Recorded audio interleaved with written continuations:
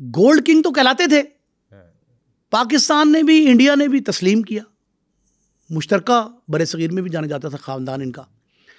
لیکن ان کو king of sea port بھی کہتے تھے. یہ جو سمندری بندرگاہ ہے اس بندرگاہ کے بھی کنگ تھے. ان جہازوں کے بڑے بڑے جو عرب اونرز تھے اس پورے خاندان کے بہت تعلقات تھے. کراچی میں ایک عام جیولر کے طور پہ ان کے والد نے کاروبار شروع کیا تھا, لیکن ماہی گیروں کے نیٹ ورک سے عرب شیوخ تک ان کی رسائی ہو گئی تھی. وہ جو ماہی گیروں کا سربراہ تھا قاسم بھٹی, وہ ان کا پہلا پارٹنر تھا. اس کے ذریعے انہوں نے سونا منگوانا اور یہاں سے بھجوانا. لیکن بٹ صاحب 3 دہائیاں, 50 کی دہائی, 60 کی اور 70 کی, 30 سال پر محیط یہ جو کاروبار تھا نا سیٹھ عابد کا, اس نے سب سے بڑا چیلنج کیا انڈیا کے گولڈ ٹریڈرز کو. انڈیا میں ہم نے ایک پروگرام میں بتایا تھا کہ عورتیں بے تحاشا زیور پہنتی ہیں. دوسرا وہاں کے کاروباری حاجی مستان جیسے کاروباری جو کلی کے طور پر متعارف ہوئے بندرگاہ پہ, اور لالچ میں آ کے انہوں نے کہا جی کہ سیٹھ, وہ جو عرب غالب تھا وہ عرب غالب کے ذریعے بھی اس نے پارٹنر بن کے اس کا جیل بھی گیا, پکڑا بھی گیا, واپس بھی آ گیا. یہ جو کاروباری تھے نا ان کو چیلنج کر دیا سیٹھ عابد نے. 3 دہائیوں پر ان کی راجدھانی تھی باقاعدہ سونے کی تجارت پہ. بھارتی میڈیا نے اسے پاکستان کے سب سے بڑے سمگلر کا نام دیا, اور یہ جب پہلی بار وہاں کے بھارتی اخبارات کی زینت بنا تو اس میں یہ کہا گیا کہ پاکستان کا گولڈ کنگ بھارت میں مداخلت کرتا ہے, بھارت میں کاروباری مراسم ہیں. بھارت میں پنجابی میں ایک لفظ ہے نکلوڑ. یہ اس دور میں پنجاب میں ان میں سے بہت سی باتیں جو ہے نا میرے تک پہنچی ہیں کہ نکلوڑ جو ہے نا وہ بہت زیادہ ہے اس کی. اچھا, یہ انڈیا بہت آتا جاتا تھا. کہتے ہیں کہ یہ پاکستان سے انڈیا, پھر دبئی اور لنڈن, یہ ادھر ہی گھومتا پھرتا تھا. سیٹھ عابد جو ہیں ان کے بارے میں آپ ایک بات ذہن میں رکھیں, اس شخص کی سب سے زیادہ بڑی کہانی ہوائی جہاز کے سفر کی ہے, دوسری فرار کی ہے. آپ نے کہا پاکستان, انڈیا, دبئی. چوتھا, ہر سال حج کرتے تھے وہ. اور اپریل 1958 جب ان کا نام پہلی بار منصہ شہود پر آیا, مشہوری حاصل کی. اچھا ایک بات بٹ صاحب میں نے بھی دیکھی, میں نے بڑی کوشش کی کہ میں ان کا انٹرویو کر لوں. انہیں ان کے ساتھی اور دوست حاجی صاحب کہتے تھے. ہم نے کئی دفعہ کہا کہ حاجی صاحب سے انٹرویو کرائیں, وہ باوجود نہیں ہو سکا کہ ان کے بیٹے شیخ ایاز تھے, وہ ان کے کاروباری وارث تھے. ان کے الناک قتل جو تھا نا اس کے بعد وہ انٹرویو پاسبل نہیں ہو سکا. لیکن جو باتیں پہنچیں وہ فرسٹ ہینڈ انفارمیشن ہے. وہ کیا ہے کہ وہ حج کرنے جاتے تھے, اور آمد و رفت جو ہے نا بہت کم لوگ اس دور میں, تو 50s میں 60s میں 70s میں بہت کم لوگ افورڈنگ تھے کہ جو جہاز پہ سفر کریں, لیکن اتنے تواتر کے ساتھ, تسلسل کے ساتھ. اپریل 1958 میں کیا ہوتا ہے کہ وہ ایک دفعہ کراچی ایئرپورٹ پہ پکڑے جاتے ہیں. اطلاع ملتی ہے کہ جی یہ سونا سمگل کر رہے. پہلا ان کے ساتھ جو پولیس کا آمنا سامنا ہوتا ہے ان کو پکڑ لیا جاتا ہے, کسٹم حکام پکڑ لیتے ہیں. کسٹم حکام پکڑ کے ان کو جب لاتے ہیں تو ایک پریس کانفرنس کرتے ہیں. اس وقت نیوز کانفرنس نہیں ہوتی تھی, الیکٹرانک میڈیا تھا ہی نہیں. پریس کانفرنس 58 میں پریس کانفرنس ہوئی, اور یہ جب پکڑے گئے تو انہوں نے یہ کہا, رینڈم سی ایک دے دی, شیخ عابد حسین سے کراچی ایئرپورٹ پہ 2000 تولے سونا ضبط کیا گیا ان سے. پولیس کی حراست میں تھے. پریس کانفرنس کون کر رہا ہے؟ کسٹم والے, کسٹم افسران. انہوں نے وہی ٹوک دیا, انہوں نے کہا جھوٹ بول رہے ہیں.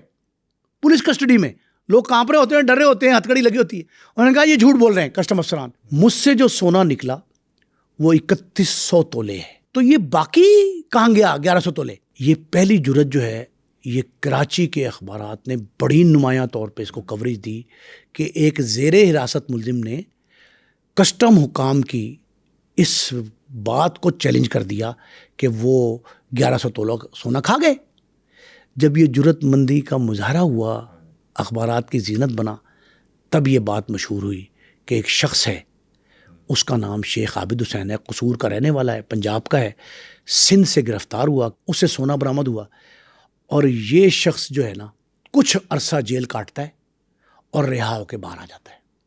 یہ رہائی کے بعد واپس آتا ہے قصور. ان لوگوں کے بارے میں ایک بات ذہن میں رکھیے گا, یہ جو سمگلر ہوتے ہیں نا ان کا زیادہ تر مسکن جو ہے وہ سرحدی علاقہ ہوتا ہے.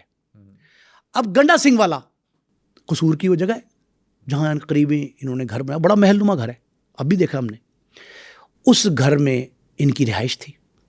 وہاں یہ پتہ لگتا ہے اور مشہور ہوتا ہے کہ یہاں کا رہنے والا, سرحدی علاقے کا رہنے والا قصور میں وہ ایک بڑا سمگلر ہے, سونے کا تاجر کہہ لیں, سمگلر جو بھی کہیں.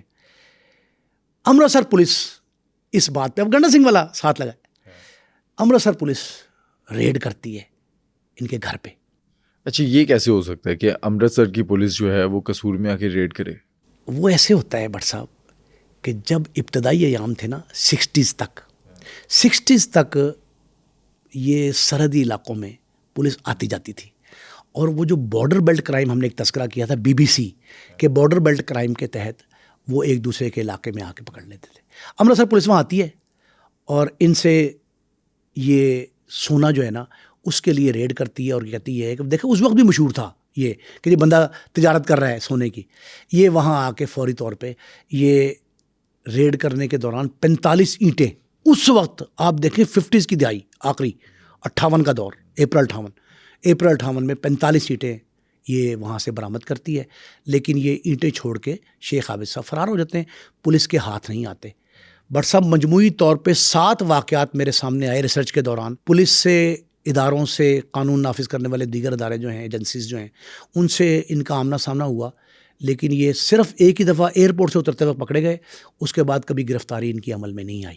اچھا, لیکن یہ تھی تو اسمگلنگ نا, اگر یہ لیگل ہوتا تو ہم اسے کاروبار کہتے, انلیگل تھا اس لیے اسمگلنگ ہوگی. یہ تو بٹ صاحب یہ اسمگلنگ تھی تو 7 بار پولیس نے, کسٹم حکام نے, انٹیلیجنس اداروں نے سیٹھ عابد کے خلاف کارروائی کی. لیکن ایک بات سمجھ لیں, جو اس کو جنون تھا نا کہ میں نے پاکستان کا سب سے دولت مند, سب سے نامور شخص بننا ہے. اچھا, یہ بات بھی ذہن میں رہنی چاہیے ہمارے ناظرین کی کہ ان کو تشہیر کا شوق نہیں تھا. میں نے آپ سے کہا نا, میں نے کئی بار انٹرویو کوشش کی, انہوں نے انٹرویو اس لیے نہیں دیا کہ وہ کہتے ہیں کہ میں بڑے جو ہے نا بیک سین میں رہتا ہوں, منظر عام پہ نہیں آنا چاہتا. لیکن اس شخص کا نام قصور, کراچی, انڈیا, دبئی, شارجہ اور پاکستان کے پارلیمنٹ کے غلام گردشوں میں بھی سامنے آیا. پاکستان کی پارلیمنٹ میں 2 بار ڈسکس ہوا یہ شخص نامور حیثیت میں. ضیاء الحق کی قربت بھی رہی. پاکستان کے سابق وزیر اعظم, PTI کے بانی چیئرمین عمران خان نے ان کی ڈیتھ پہ جس دکھ کا اظہار کیا, PTI کے پہلے ڈونر جو تھے ان میں سر فہرست تھے شوکت خانم کے. یہ اتنا نامور آدمی بن گیا, سارا کچھ ہوا, لیکن اسے کہاں سمگلر گیا. ہوتا کیا ہے کہ جب امرتسر پولیس نے 45 اینٹیں برآمد کی تو اس کے بعد یہ دلی چلے گئے. دلی کے ایک بڑے تاجر کہتے ہیں سونے کا, آپ لفظ سمگلر استعمال کر رہے ہیں, وہ سونے کا تاجر تھا, اس سے یہ ایگریمنٹ کر رہے تھے. پولیس نے ریڈ کر لیا چاندنی چوک دلی میں. پولیس نے ریڈ کیا تو ایک شخص تو ان کا ساتھی پکڑا گیا, جو ساتھ سائننگ اتھارٹی تھا, وہ گرفتار ہوا. یہ پھر نکل گئے. پولیس سے فرار کے اتنے راستے اختیار کیے انہوں نے, کبھی ہاتھ نہیں آئے. اب لوگ کہتے ہیں جی کہ دولت کے بلبوتے پہ پیسے دے دی. جو بھی طریقہ تھا, یہ پکڑا نہ جانا جو ہے نا, یہ ان کی چوری ثابت نہیں کر پایا. اب ہوتا کیا ہے, جو چاندنی چوک دلی میں واقع ہوا, وہ جو تاجر تھا موتی بازار کا, اس سے ایگریمنٹ ہو رہا تھا, اس میں 44 اینٹیں, 40 سے 50 اینٹیں, چھوٹے پیسز ہوتے ہیں, اینٹ کہتے ہیں اس کو سونے کے, لیکن پیسز ہیں. وہ پیسز جو ہیں بسکٹ اسے کہتے ہیں. اب بٹ صاحب ایک انفارمیشن بتا رہا ہوں آپ کو, کرنسی کی سمگلنگ, سونے کی سمگلنگ, اس کی ادائیگی, کمپلیشن, اسے چمک کہتے ہیں. یہ کوڈ ورڈز ہیں, کال سائن ہیں سونے کی سمگلنگ کے, تجارت کے. ایسے ذہن میں آ گیا. بٹ صاحب والد صاحب جو اس کے تھے نا, وہ کراچی میں انہوں نے 2 وجوہات پہ شہرت ناموری پائی. پہلی وجہ کیا تھی؟ وہ یہ تھی کہ وہ سونے کے تاجر تھے. دوسری وجہ, وہ بارش تھے, بزرگ تھے, ہاتھ میں کینچی رکھتے تھے. کیوں؟ بٹ صاحب وہ مذہبی شخصیت تھے, اور وہ کینچی رکھنے کی جو تعویل اور وجہ سامنے آئی وہ یہ تھی کہ جو شخص بڑی مونچھیں رکھتا تھا وہ اس کی مونچھیں کاٹ دیتے تھے. وہ کہتے تھے مذہب میں یہ جائز نہیں ہے, جب آپ کھانے کے مونچھوں کے ساتھ کھائیں گے تو مونچھوں کو ٹچ کرے گا کھانا تو مکروہ ہو جائے گا. تو یہ ان کے والد کا ایک شیوا تھا, لیکن لوگ قدر کی نگاہ سے ان کے والد کو دیکھتے تھے. اس شخص نے 15 سے 20 سال سونے کا کاروبار کیا. جسے سیٹھ عابد نے آگے بڑھایا, 30 سال تک پوری بادشاہت قائم کی. سیٹھ عابد کی جو اسمگلنگ ہوتی تھی, کہتے ہیں کہ اس کے اندر اس کے سارے رشتہ دار ہوتے تھے. بٹ صاحب ان کے جو 6 بھائی تھے نا, ان میں سے 2 کاروباری تھے. ایک کا نام تھا حاجی اشرف, وہ ان کے ساتھی تھے. سارے کاروبار کو لک آفٹر وہ کرتے تھے. سونے کا دبئی سے دبئی رہتے تھے. یہاں ساری جتنی نقل و حرکت ہے, زر مبادلہ, آنا جانا, سب ان کے ہاتھ میں تھا. انہوں نے کاروبار میں کسی غیر کو انٹر نہیں کیا مین سٹریم میں. ریزن کیا تھی؟ ریزن یہ تھی کہ یہ جو پنجابی میں کہتے ہیں اولے, خفیہ کام, ٹریڈ سیکرٹ کے طور پہ انہوں نے اسے فیملی ریلیشننگ کاروبار بنایا. اور ان کے بھائی حاجی اشرف دبئی میں, غلام سرور داماد جو ہیں وہ دلی میں. انہوں نے لوگ رکھے ہوئے تھے جن پہ یہ ڈیپینڈ کرتے تھے, اور ٹریڈ سیکرٹ صرف ان کے پاس تھی. اچھا, ذوالفقار علی بھٹو سے ان کی بنتی کیوں نہیں تھی؟ یہ کہانی ہیں جو سینہ بسینہ چلی ہیں, لیکن اخبارات کی زینت بنی. ان کو کسی نے تردید بھی نہیں کی, کسی نے ان کی وضاحت بھی پیش نہیں کی. اچھا, کئی کہانیاں ان کی سیاست سے مربوط ہیں. وہ کہتے ہیں جی کہ ان کی بیٹی تھی. مسائل بہت سارے تھے, بھٹو صاحب نے ان کو بہت ٹائٹ کیا, اس میں کوئی شبہ نہیں. پیپلز پارٹی عروج پہ تھی, توتی بولتا تھا پیپلز پارٹی کا. سندھ میں تو بالخصوص, کراچی میں کاروبار تھا بالخصوص. تو بھٹو صاحب نے ان سے ایک بار پیپلز پارٹی کی تشکیل نہیں ہو رہی تھی, 5 کروڑ روپے پارٹی فنڈ مانگا. اب یہ کہانی سامنے آئی. تصدیق نہیں ہوئی, تردید بھی نہیں ہوئی. اچھا, 5 کروڑ پارٹی فنڈ مانگا. سیٹھ صاحب نے انکار کر دیا کہ میں نہیں دیتا. کیوں دوں؟ سیٹھ صاحب سیاست سے بہت دور رہتے تھے ایک عرصے تک, بعد میں ضیاء الحق کے مسائل آ گئے. لیکن سیٹھ صاحب نے کسی طرح جب انکار کیا تو ان پہ عرصہ حیات تنگ کر دیا گیا. پیپلز پارٹی بڑی بااثر, اور اس طرح کا اثر کہ باقاعدہ خیبر سے کراچی تک پیپلز پارٹی ہی پیپلز پارٹی تھی. سیٹھ صاحب کے انکار کے بعد بھٹو صاحب نے ان کو ٹائٹ کیا, اور ٹائٹ کرنے کے بعد ایسے معاملات آئے کہ 3 ریڈ کراچی میں گھر پہ, لاہور میں 2 بار, قصور میں, یہ ریڈ ہوتے رہے. اس دوران ان کی بیٹی تھی نصرت شاہین. نصرت شاہین اغوا ہو جاتی ہیں. اغوا یا گرفتار؟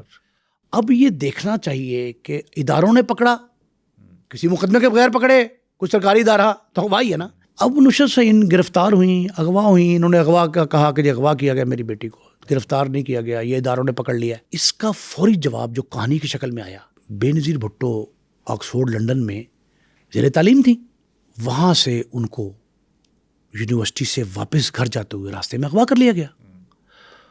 وہ اغوا ہوئیں تو اخبارات کی زینت شہ سرخیوں میں کیا بنا؟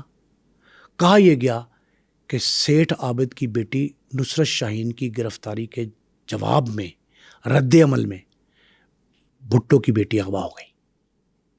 یہ بات اسٹیبلش ہوئی تو معاملہ بہت گمبھیر ہوا. کچھ لوگوں نے, کچھ بڑی شخصیات نے بیچ بچاؤ کر کے ان معاملے کو طے کرایا اور کہا کہ دونوں بچیاں, بیٹیاں تو سب کی ایک جیسی ہوتی ہیں نا, انہوں نے کہا نصرت شاہین اور بے نظیر ایک جیسی بچی ہیں, ان دونوں کو جو جس کے قبضے میں اس کو رہا کر دے. وہ دونوں کو رہا کروایا گیا. لیکن 1974 میں جب پیپلز پارٹی کا دور حکومت تھا تو ان کے اثاثے ضبط ہوئے تھے. اس دوران لاہور میں جو ان کی رہائش گاہ تھی اس پہ ایک بھرپور چھاپا مارا, اور چھاپے کے دوران بٹ صاحب 12.5 ملین کی جو پاکستانی کرنسی تھی وہ نکلی, 40 لاکھ روپے مالیت کا سونا, 20 لاکھ مالیت کی سوئس گھڑیاں, 3 گاڑیاں, بڑی گاڑیاں اس وقت بہت کم لوگوں کے پاس ہوتی تھیں. پھر جناب درجن سے زائد گھوڑے, اصلی نسلی وہ گھوڑے, یہ پولیس نے اپنی تحویل میں لے لیے. سیٹھ صاحب کے اثاثے ضبط ہوئے, کراچی لاہور میں چھاپے پڑے. اس کے بعد بھٹو حکومت نے ایک ٹریبونل قائم کر دیا. 3 بار شیخ صاحب کو اس نے بلایا, شیخ صاحب ایک دفعہ بھی نہیں گئے. سیٹھ عابد نے انکار کر دیا, اس نے کہا میں کسی ٹریبونل کے سامنے پیش نہیں ہوں گا. ان کی ایبسینشیا میں ان کو سزائیں دیتے رہے, ٹریبونل یک طرفہ کارروائی کرتے. گواہ پیش ہوئے, 7-8 گواہ سرکاری, 2 پرائیویٹ, یہ پیش ہوئے ٹریبونل میں. ساری پروسیڈنگ ہوئی. سیٹھ عابد نے پیش ہونے سے انکار کر دیا, معذوری ظاہر کر دی. بھٹو صاحب کو, ان کی حکومت کو اس پہ بھی خاصا رنج تھا کہ جی یہ ہماری ریٹ کو تسلیم نہیں کرتے. ٹریبونل نے یہاں تک کہا کہ ہم آخری انتباہ کر رہے ہیں، وارن کر رہے ہیں کہ آپ آئیں، یہ نہیں آئے۔ جب یہ نہیں گئے تو اس سے لگتا یہ تھا کہ سیٹھ صاحب تھے ہوشیار آدمی، اس انتظار میں تھے کہ حکومت تبدیل ہو جائے۔ بھٹو صاحب کا اقتدار ختم ہوا، ضیاء الحق کے صاحب آ گئے۔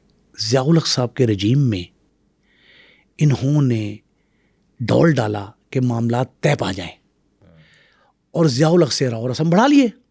جب راؤ رسم بڑھے اس فوجی دور میں، ان کو بھی ضرورت تھی، امریت کا دور تھا نا، تو ان کو بھی ضرورت تھی کہ اس طرح کے کوئی سماجی لوگ جو ہیں سامنے آئے۔ تو انہوں نے یہ کہا، مشہور کر دیا کہ ارباب صاحب سربراہ تھے۔ وہ کیا ہوتا ہے بٹ صاحب، ایک بڑی انٹرسٹنگ بات یہ ہے کہ انہوں نے یہ کہا 1.5 لاکھ روپیہ اس دور میں بڑی اماؤنٹ تھی، وہ انہوں نے جناح پوسٹ میڈیکل انسٹیٹیوٹ کو دے دی۔ اس کے بعد جو سمگلر، سونے کے تاجر کے طور پر مشہور تھا سیٹھ عابد، وہ ایک ویلفیئر پرسنالٹی کے طور پہ سامنے آئے۔ باقاعدہ ادارے جو عسکری قیادت کے ادارے تھے، انہوں نے یہ اناؤنسمنٹ کی کہ سیٹھ عابد کوئی ڈاکو چور کا نام نہیں ہے، ایک اصلاح کار ڈونر کے طور پہ سامنے آیا ہے، اور وہ پرعزم ہیں پاکستان کے معاملات کو حل کرنے کے لیے۔ ایک اور بات بٹ صاحب اس وقت سامنے آئی تھی، میڈیا میں ہم نے ریسرچ کے دوران دیکھا کہ یہ کہا گیا کہ سیٹھ عابد صاحب نے یہ دعویٰ کیا ہے اگر پاکستان چاہے اور مجھے فیسیلیٹیٹ کرے میرے کاروبار میں، سمگلنگ نہیں کہا، کاروبار میں مجھے فیسیلیٹیٹ کرے، میں پاکستان کے تمام قرض اتار دوں گا۔ اچھا، یہ دعوے تو بہت سے لوگ کرتے رہے ہیں، آپ کو یاد ہے ڈبل شاہ بھی یہی کہتا تھا، انڈیا کے اندر حاجی مستان بھی یہی کہتا تھا۔ بٹ صاحب آپ نے مثال دی حاجی مستان کی، انڈیا میں اس نے بھی دعویٰ کیا تھا، ہاں، جب ایمرجنسی میں اسے گرفتار کیا تھا، گرفتار کیا، ایمرجنسی لگی تھی، ہونڈا ایکٹ لگا تھا، پاکستان میں بھی لگا 2 بار، وہاں بھی لگا۔ تو اس دوران کہا حاجی مستان سے، اس نے کہا جناب مجھے آپ اجازت دیں، مجھے کاروبار کرنے دیں، سہولیات فراہم کریں، حکومت سرپرستی کرے، میں بھارت پہ جتنے قرض ہیں وہ بھی، جتنے مالی مشکلات ہیں وہ بھی ساری دور کروا دوں گا۔ اس وقت بھی بہت سے پراپرٹی ٹائکون موجود ہیں جو یہ آفر کرتے ہیں کہ ہم پاکستان کے قرضوں کی ذمہ داری لیتے ہیں، ان کی ادائیگی کی ہم ادا کر دیں گے۔ اور یہ ہو بھی سکتا ہے، میں نہیں سمجھتا یہ کوئی بری بات ہے۔ اگر کوئی شخص اپنی ناجائز طریقے سے کمائی گئی دولت سے کوئی جائز کام کرنا چاہتا ہے، پاکستان کا، پاکستانی قوم کا قرض اتروانا چاہتا ہے، تو کیا حرج ہے؟ لیٹ ہم ڈو، وہ کر لے گا تو پاکستان کا فائدہ ہوگا نا۔ وہ سہولیات کیا مانگتے ہیں؟ اچھا، یہ بات ذہن میں ہونی چاہیے کہ پاکستان کا انہیں واحد فرد کہا جاتا ہے سیٹھ عابد کو، جنہوں نے دولت ناجائز طریقے سے کمائی۔ یہ کل لکھا ہے تاریخ میں، اخبارات نے آرٹیکل چھاپے۔ وہ یہ کہتے تھے اس کے جواب میں کہ میں ناجائز نہیں، جائز دولت ہے، محنت کرتا ہوں دن رات 24 گھنٹے۔ سماجی کام جو کرتے تھے نا، وہ اپنی جگہ، قانونی طریقے سے اگر دولت کو آپ کالا دھن جسے کہتے ہیں اس کو وائٹ کر لیں اور پاکستان کا قرض ادا کر دیں، اہل پاکستان پہ بوجھ جو آنے والی ہماری 7 نسلوں پشتوں پہ ہے نا، وہ ختم ہو جائے گا، تو سکھ کا سانس لیں گے۔ آئے روز ہم سسک کے مرتے ہیں، اس سے جان چھوٹ جائے گی، معاشی حالات بہتر ہو جائیں گے۔ تو ان کی سیٹھ صاحب کی یہ تجویز جو ہے، اسے نہیں مانا کسی نے۔ جب ضیاء الحق کے دور میں تھوڑی سی آسانیاں فراہم ہوئی تھیں ان کو۔ ویسے ہم دیکھتے ہیں کہ سیٹھ عابد نہ کبھی پکڑے گئے، اور جو سونا بھی ان کا ضبط ہوا تھا وہ بھی انہیں واپس مل گیا تھا۔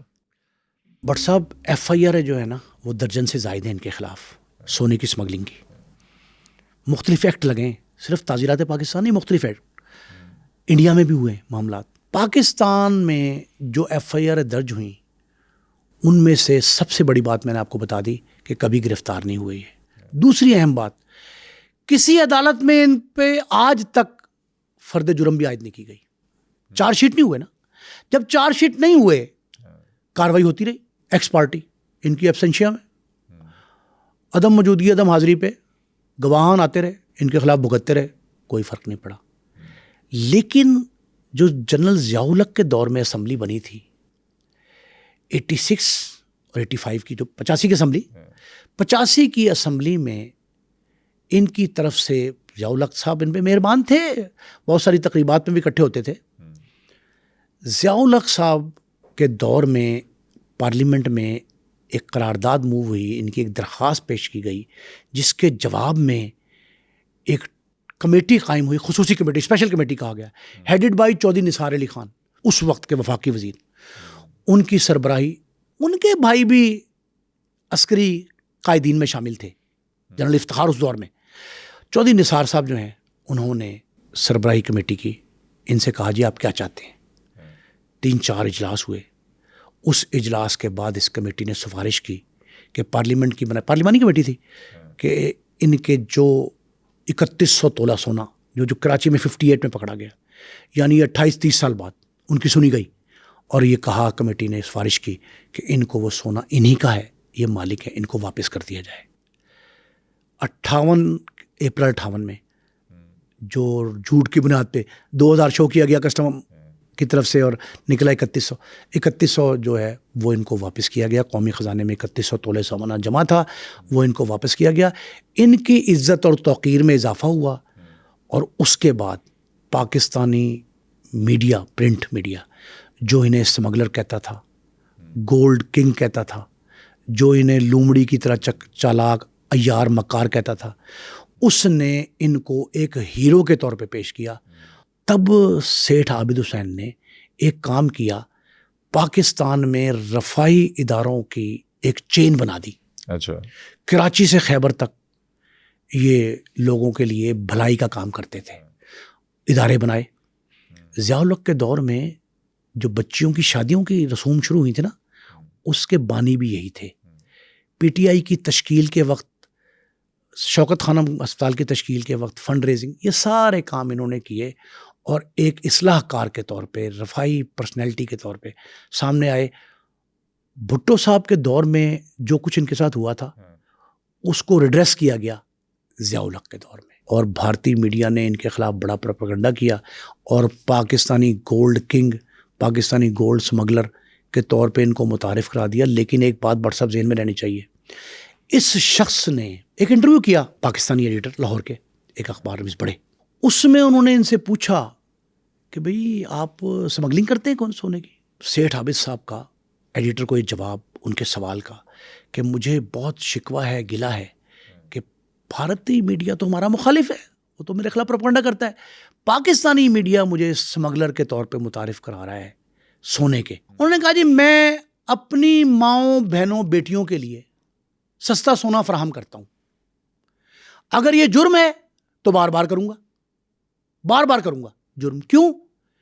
اس لیے کہ یہ میرا گناہ کیا ہے کہ میں بہنوں بیٹیوں کو سستا سونا دے رہا ہوں.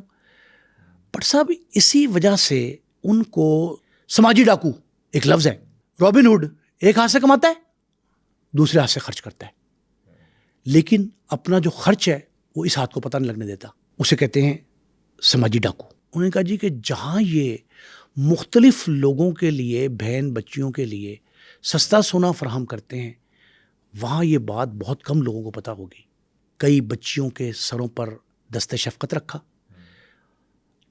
جو اسپیشل بچے, 2 ان کے گونگے بہرے بچے بھی ہیں, ان کے لیے 2 بڑے ادارے قائم کیے, جن میں ایک بہت بڑا ادارہ حمزہ فاؤنڈیشن ہے. اب لوگ کہتے ہیں جی کہ یہ ایک طریقہ کار ہے کہ جو شخص غیر قانونی طریقے سے دولت کما رہا ہو وہ ساتھ رفاہی کام کر رہا ہوتا ہے کہ اس کے ذریعے شیلٹر دیا جائے.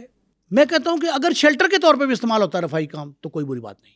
اپنی دولت کا ایک مخصوص حصہ انہوں نے وقف کر رکھا تھا رفاہی کاموں کے لیے. لیکن جو سب سے بڑی ان کی خدمات تھی وہ پاکستان کے نیوکلیئر پروگرام میں تھی. یہ بہت بڑا کریڈٹ ہے پاکستان کے لیے. ایک پوائنٹ آپ کو بتایا کہ انہوں نے کہا قرض اتار دوں گا. دوسرا عملی اقدام, اس سے بڑھ کے وہ اپنا حصہ پاکستان کی سالمیت میں نہیں ڈال سکتے تھے. وہ کیا تھا؟ امریکہ نے پابندیاں لگا دی اور پاکستان کے ایٹمی اثاثے جو ہیں وہ خطرے کی گھنٹی بجانے لگے, اور یہ خیال ظاہر کیا جانے لگا کہ بھٹو صاحب کا جو عزم تھا پاکستان کو مضبوط تر بنانے کا وہ شاید کھٹائی میں پڑ جائے گا اور پاکستان ایٹمی صلاحیت سے محروم رہے گا. امریکہ کی پابندی کے بعد فرانس نے ہاتھ کھینچ لیا اور فرانس نے کہا جی کہ ہمارے ساتھ جو معاہدہ ہے آپ کا, پاکستان کو ایٹمی پلانٹ کے لیے جو ضروریات تھیں, پارٹس چاہیے تھے, وہ ہم نہیں دے سکتے. فرانس کے بیک آؤٹ کرنے کے بعد یہ خطرہ لاحق تھا. آپ دیکھیں بھٹو صاحب کا پروگرام تھا, نیوکلیر منصوبہ تو ان کا تھا نا, اور بھٹو صاحب کی مخاصمت بھی رہی سیٹھ عابد سے. اس کے باوجود سیٹھ صاحب نے دل بڑا کیا اور یہ آفر کی کہ میں اس معاملے کو حل کراؤں گا. کیسے؟ میں نے ایک جملہ کہا بٹ صاحب کہ ماہی گیروں سے تعلقات, عرب شیوخ جو بحری جہازوں کے مالک تھے ان سے تعلقات, ان کے مراسم, ان کا فائدہ پورا اٹھایا سیٹھ عابد صاحب نے. اور کیا کیا انہوں نے کہا کہ جی وہ جو سامان آنا تھا معاہدے کے تحت وہ میں خرید کے پاکستان کو دوں گا, میں ٹرانسپورٹیشن کروں گا, کوئی مائی کا لال نہیں روک سکتا. انہوں نے وہ سارے کی ساری پابندیوں, ریسٹرکشنز تھی نا بڑی بڑی, اور وہ ریسٹرکشن جو ایٹمک پاور کے لیے ہوتی ہیں نا, وہ ریسٹرکشن ایسی ہوتی ہیں کہ آپ عالمی طاقتوں کے بغیر چل نہیں پاتے. اس دور میں جب بہت شور مچا, اس میں یہ فرنٹ فٹ پہ آئے, ایک قدم آگے بڑھایا سیٹھ صاحب نے اور یہ کہا جی میں مال لے آتا ہوں, اور مال وہ لے آئے. سب سے بڑی بات جو تھی نا, وہ جو بھٹو صاحب کے مشن کو اس دور میں, میاں نواز شریف کے دور میں جو ہے ایٹمی دھماکوں کی شکل میں خواب کو شرمندہ تعبیر 98 میں کیا گیا, جو چاغی والے وہ شاید نہ ہوتے اگر سیٹھ عابد جو ہیں یہ قدم آگے نہ بڑھاتے. اور بہت جرأت مندانہ قدم تھا, خالی قدم نہیں تھا, وہ ایسا بولڈ بریو سٹیپ تھا. اس بریو سٹیپ نے پاکستان کے 100% تیاری میں جو رکاوٹ بن گئی تھی اس کو دور کیا. اور وہ جو پارٹس فرانس سے ہم لینا چاہ رہے تھے, وہ بحری جہاز, میں نے آپ سے کہا کہ وہاں وہ کنگ تھے, وہ بندرگاہ بھی کنگ تھے نا, سی پورٹ کے کنگ کے طور پہ انہوں نے وہ سارا مال لے آئے. اور وہ مال جو ہے وہ 3 شہروں میں گیا. اس بات کا میں نہیں شاہد ہوں, وہ 3 شہروں میں کیسے پہنچا, کس طرح پہنچا, سارا کریڈٹ جو ہے گوز ٹو سیٹھ عابد. اچھا, لیکن آفیشیلی اس چیز کو ایکنالج نہیں کیا گیا. بٹ صاحب آفیشیلی ہم اس لیے ایکنالج نہیں کر سکتے تھے کہ یہ سیٹھ عابد کے لیے خطرے کی گھنٹی تھی. اگر ان کا نام برملا دنیا کو بتا دیا جاتا. امریکہ سپر طاقت, بہت طاقتور سپر طاقت, ایسی طاقت نہیں, اس وقت کی سپر طاقت, واقعتاً سپر طاقت تھی. اس طاقت کے مقابلے میں سیٹھ عابد کو کھڑا کر دیا جاتا, ان کا نام اگر شہرت کے لیے آتا, میں شہرت تھی نا, فرانس ویسے ہمارا, رشیا, سارے مخالف تھے اس وقت. تو اس دور میں جب ایٹمی طاقت بن رہی تھی نئی نئی, تو سیٹھ عابد کا اگر نام دیا جاتا اور ان کو کریڈٹ دیا جاتا. میڈیا نے بٹوین دی لائنز دیکھیں, ایک کالم اب بھی موجود ہے عبد القادر حسن کا, نذیر ناجی کا کالم, پھر کراچی کے 3-4 بڑے کالمسٹوں نے یہ بات لکھ دی کہ اس ایشو کے پیچھے ایک گولڈ ٹریڈر ہے. اب گولڈ ٹریڈر کہا گیا اس کو. اب یہ گولڈ ٹریڈر نے اگر نام کمانا ہوتا اس وقت شہرت کے خلاف تھے وہ.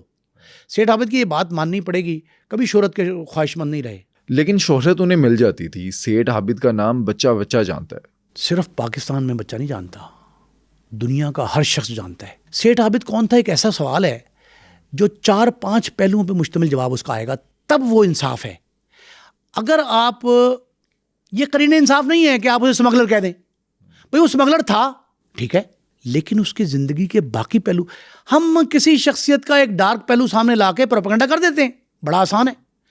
لیکن جو کریڈٹ اس کو جاتا ہے, یہ جو ماننی پڑے گی بات. سیٹھ عابد کو جو سب سے زیادہ صدمہ لگا وہ ان کے بیٹے کی موت کا تھا. بیٹے کا قتل ہوتا کیسے ہے؟ بٹ صاحب یہ بڑی المناک کہانی ہے کہ حافظ شیخ ایاز, سیٹھ عابد کا بڑا بیٹا, وہ بہت عزیز تھا اپنے باپ کو, بہت عزیز تھا. وہ ان کی ایک ہاؤسنگ کالونی بڑی معروف, ایئر لائن ہاؤسنگ سوسائٹی, وہاں ایک دن وہ موجود تھے. اور سوسائٹی میں گن مین بھی تھے ان کے جو ہوتے ہیں محافظ. وہ محافظ سے کسی سے ایک سے اچانک گولی چلی, وہ ان کے سینے کو چیرتی ہوئی گزر گئی, اور موقع پہ بھی وہ بیچارے قتل ہو گئے. اس ہلاکت کے بعد شیخ صاحب یعنی سیٹھ عابد, ان میں وہ تبدیلی آئی کہ لوگ وہ کہتے تھے کہ وہ سیٹھ عابد جو 3 دہائیوں تک انڈیا, پاکستان, دبئی یہاں کا باقاعدہ گولڈ کنگ تھا, وہ اب وہ سیٹھ عابد نہیں رہا. بیٹے کی المناک ہلاکت نے ان کو تبدیل کر کے رکھ دیا. انہوں نے اپنے سفر کے تو بڑے عادی تھے, وہ سفر بھی چھوڑ دیے, گھر بار جو ہے نا اس میں گوشہ نشین ہو گئے ایسے, اور بالکل آخر موت تک اپنے جب تک وہ بیچارے اس دنیا سے گئے ہیں اس وقت یہ غم ان کو کھائے گیا. اس بیٹے کے جو کوئی کاروائی تو خیر ایسی نہیں ہوئی, ایف آئی آر درج ہوئی تھی لیکن کوئی کاروائی نہیں ہوئی. سیٹھ صاحب نے خود ہی نہیں چاہا, انہوں نے کہا جی میرے بیٹے کی. اب ان کے 2 ڈیفینڈم گونگے بہرے بیٹے بھی ہیں, حمزہ فاؤنڈیشن بھی ہے, بیٹی بھی ان کی ماشاءاللہ موجود ہے, ان کے بچے بھی ہیں, سارا کچھ ہے. لیکن 8 جون 2021 کرونا کے دنوں میں, جب کرونا کی وبا آئی تھی, اس وبا کے دوران وہ اس دنیا سے, دنیا فانی سے دنیا میں چلے گئے, اس ابدی دنیا میں. وہاں وہ چلے جاتے ہیں, لیکن بیٹے کا غم آخر وقت تک اپنے ذہن پہ سوار تھا ان کے. اور کئی لوگ یہ کہتے ہیں کہ عدالت کے باعث سے یہ بیچارے جاں بحق ہوئے, لیکن ان کی موت جو ہے نا وہ بیٹے کا غم انہیں کھائے جا رہا تھا, اور اس کی وجہ سے وہ انتہائی پریشان رہے. اور 2 بیٹے چونکہ وہ بیچارے اسپیشل بچے ہیں, وہ اسپیشل بچے جو ہیں ان کی نگہداشت بھی کرتے تھے, حمزہ فاؤنڈیشن بھی چلاتے تھے, اپنی پراپرٹی کا دھیان بھی کرتے تھے. لیکن ان کو بیٹے کی المناک موت نے جو ہے نا ایک پل چین نہیں لینے دیا, جس وجہ سے یہ 8 جون 2021 کو یہاں سے چلے گئے. اچھا, لیکن اب ریسنٹلی ہم نے جو دیکھا 3 مارچ کو جو رانیہ راؤ انڈین ایکٹریس گرفتار ہوئی ہیں, وہ کیسے گولڈ کی اسمگلنگ میں پھنس گئی؟ بٹ صاحب رانیہ راؤ جو ہے نا اس پہ نگاہ انتخاب جو ہے وہ غیر ملکی ایجنسیوں کی پڑی, اس پہ نہیں پڑی, پروٹوکول پہ پڑی کہ رانیہ راؤ اداکارہ تھی, اچھی تھی, نامور تھی. اس کے والد Ram Chandra Rao inspector general police محصور کے آئی جی پولیس کے سربراہ, بعد میں وہ ڈی جی پی ہوئے, ڈائریکٹر جنرل پولیس, آئی جی پی, کمشنر, ڈی جی پی, سب سے بڑا منصب, سب سے بڑا عہدہ, گریڈ وائز, اسپیشل گریڈ. اتنے بڑے شخص کے بیٹی ہونے کا بھرپور فائدہ اٹھایا. یہ جو رانیہ راؤ ہے یہ پولیس کے پروٹوکول میں سرکاری نمبر پلیٹ کی گاڑی میں ایئرپورٹ جاتی, فلائی کرتی, واپس آتی, پھر پروٹوکول سے گھر آتی. گھر کے گیرج تک سرکاری گاڑی 2 اہلکاروں سمیت جاتی تھی گھر. پولیس کو ایک شک پڑتا ہے, ایجنسیوں کو شک پڑتا ہے, کسٹم حکام کو شک پڑتا ہے, امیگریشن حکام کو شک پڑتا ہے کہ اس نے اتنے ٹریول کیوں کیے اس 3 ماہ کے دوران. کہتے ہیں 27 بار گئی ہے, 27 بار 90 دن میں, یعنی 1 ماہ. آپ یہ سمجھیں کہ 3 ماہ میں 1 ماہ تو یہ باہر کے سفر کرتی رہی. انہوں نے کہا جی نہ اس کا کوئی کاروبار ہے باہر, نہ کوئی رشتہ دار ہے. اب یہ آئی جی صاحب یہ کہتے ہیں جی کہ میں نے تو شادی کے بعد اسے کوئی سپورٹ نہیں کیا. تو اگر سپورٹ نہیں کیا تو سرکاری گاڑی کیسے استعمال ہوتی تھی, پروٹوکول کیسے تھا؟ 2 پروٹوکول افسر پولیس کے, 2 پروٹوکول افسر, 4 افسر ایئرپورٹ کے پروٹوکول کے, وہ اس کی سرپرستی, نگہداشت, نگرانی کرتے تھے. اچھا 3 مارچ کو جب یہ پکڑی گئی تو اس دن ہوا کیا تھا, کیسے پکڑی جاتی ہے؟ یہ پکڑی ایسے جاتی ہے کہ یہ جاتے وقت تو انہوں نے کہا جانا, شک تو تھا, شک کی نگاہ سے دیکھا جا رہا تھا اس کے ٹریولنگ کو کہ کنٹینیوس ٹریولنگ ہے. اتنی بار جب وہ 1 ماہ تقریباً 3 ماہ میں سے 27 بار چلی گئی تو انہوں نے کہا جی کون سا کاروبار اس دبئی میں, اس کا کیا کرتی ہے؟ واپسی پہ انہوں نے کہا اس کو, جب واپس آئی ہے تو وہ لوگ کھڑے ہوئے تھے پروٹوکول والے دونوں, وہ بھی شخص تھا جو وہاں کا ایک افسر تھا امیگریشن کا, وہی پروٹوکول افسر تھا. یہ اتری کسٹم مکان میں اس کو گھیر لیا, اس سے سوال پوچھنے لگے تو وہ دونوں اہلکار پولیس کے آگے انہوں نے کہا یہ تو گرین چینل سے گزر رہی ہے, گرین چینل کے باوجود روکا. انہوں نے کہا جناب یہ راؤ صاحب کی بیٹی ہے. کہ وہ کون ہے؟ انہوں نے کہا رام چندر راؤ صاحب, ان کا پروٹوکول ہے. انہوں نے کہا ان کا پروٹوکول ان کے لیے ہے, یہ بیٹی اتنا کیوں آ جا رہی ہے ہم سے پوچھنے. جب پوچھا 3 4 5 کوشچن کیے, وہ بریک ہو گئی, ڈر گئی, خوفزدہ ہو گئی. پھر اس کی تلاشی لی. تلاشی میں اس نے سونے کی اینٹیں اپنے جسم کے ساتھ باندھی ہوئی تھی, جیکٹ پہنی ہوئی تھی. پولیس نے وہ امیگریشن نے وہ برآمد کر لی, کسٹم حکام. اچھا کہتے ہیں کہ یہ جو طریقہ جس طرح سے اس نے چھپایا ہوا تھا سونا اپنے جسم کے ساتھ, یوٹیوب پہ اس نے ویڈیو میں دیکھا تھا. پر صاحب یوٹیوب پر کئی ایسی ویڈیوز آپ دیکھ سکتے ہیں, مل جاتی ہیں بڑی آسانی سے, جن کو آپ فرار کے راستے کے طور پہ استعمال کر سکتے ہیں. وہ طریقہ اپنا کر آپ چوری چکاری کر سکتے ہیں, آپ خفیہ سمگلنگ, ابھی سامنے آ گئی نا سمگلنگ. اب رانیہ راؤ جو ہے اس نے بھی ایک ایپ کے ذریعے یہ جانچ لیا تھا, جان لیا تھا, سمجھ لیا تھا کہ جی کہاں سے کیسے چیزیں لے کے آنی ہیں. اب آپ یہ دیکھیں کہ کئی سمگلر منشیات کے جو ہیں, خواتین پرٹیکولرلی آپ سمجھیں, وہ اپنے جسم کے اندرونی حصے میں منشیات رکھ لیتے ہیں. یہ بھی طریقے جو سوشل میڈیا نے دکھائے ہیں.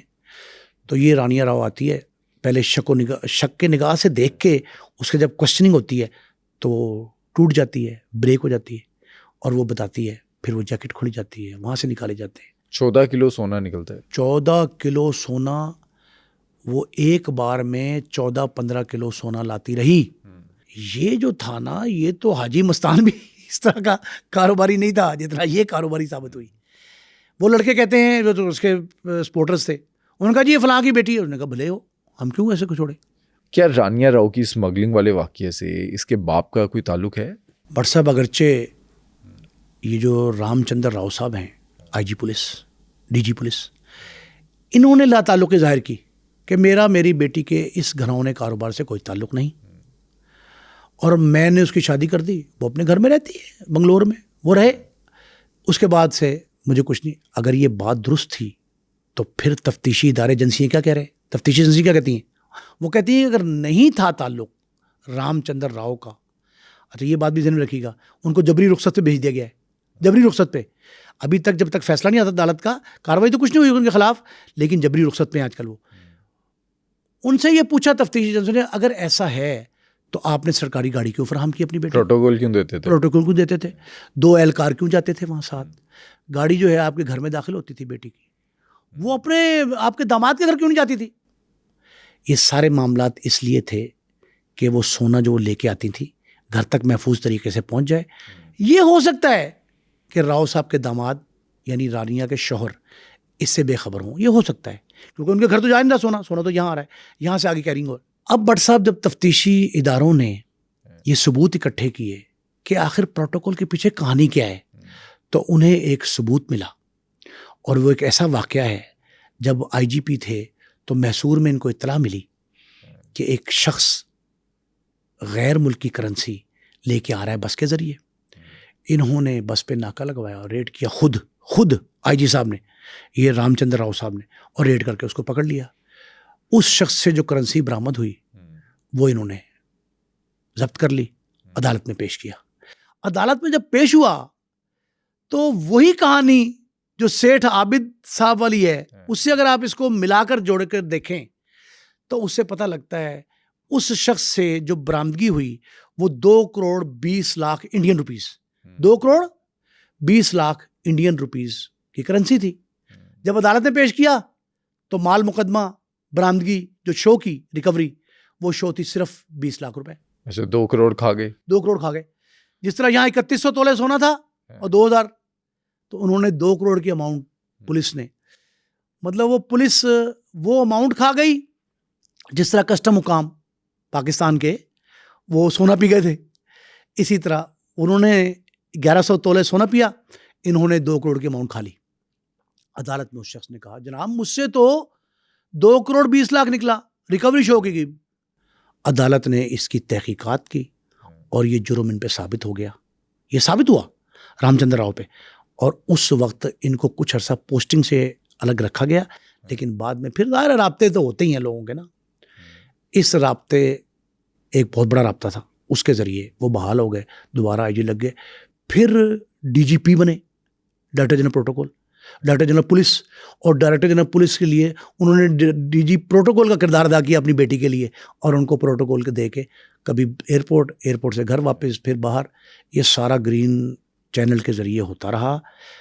جب یہ پولیس کو قصہ ملا کہ یہ بھی ملوث رہے ہیں اس طرح, تو پولیس کو یقین ہوا کہ ان کی معاملات دوران سروس اچھے نہیں ہیں, تب ان کو جبری رخصت پہ بھیجا گیا ہے, اور یہ کہا گیا ہے کہ جب تفتیش مکمل کر لے گی عدالت سزا جزا کا تعین کرے گی, جو ذمہ داری ڈالی جائے گی اس میں اگر رام چندر راؤ پہ یہ بات ثابت ہو گئی, ایک تو ثابت ہے کہ فیسیلیٹیٹ کیا, ایک تو جرم ثابت ہو گیا, لیکن دوسرا جرم یہ ثابت ہوا کہ ان کی کڑیاں ملائی گئیں بیٹی اور باپ کے معاملات کی تو خطرناک ایشو بنے گا اور بڑی سزا بھی ہو سکتی ہے. بھارتی قوانین میں فرار کے راستے کم ہیں اور اب یہ فی الحال بیٹی جو ہے وہ جیل میں ہے, لیکن بعد میں اگر والد پہ یہ رام چندر راؤ پہ یہ ثابت ہوا تو انہیں بھی جیل کاٹنا پڑے گی. ویسے آپ کو کیا لگتا ہے, سیٹھ عابد غیر قانونی سونے کی اسمگلنگ کرنے والے ولن تھے یا لوگوں کی مدد کرنے والے ہیرو؟ ہمیں کامنٹ سیکشن میں بتائیں.